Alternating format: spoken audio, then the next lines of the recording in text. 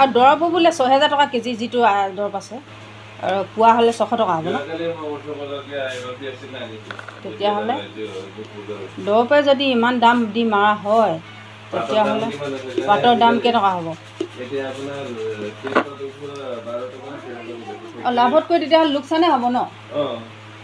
লোকচানতে আছে। এতিয়া আকৌ বাগানৰ সেইটো পোক আহিলে, এতিয়া আকৌ এনেকুৱা পাতত খোৱা সৰু সৰু নীলা নীলা এটা আহিছিলে, সেইটো এটা পোক আহি গ'ল লগে লগে ছেকেণ্ডত। অঁ, গ্ৰীণ ফ্লাইছ ন? একদম মানে পাতখিলাতে মানে ৰসটো খাই কিনে ঠাৰিটো শুকুৱাই দিয়ে ন? অঁ, গ্ৰীণ ফ্লাইট বুলি কয় এটা।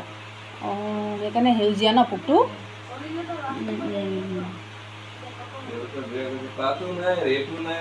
ৰেট নাই, এইফালে দৰৱৰ ইমান দাম, আকৌ মানুহ লগোৱাবোৰ আছেই। নিজে লাগিব পাৰিলেতো ঠিকে আছে, সেইটোতো কষ্টই হয় ন নিজে লাগিব পৰাটো।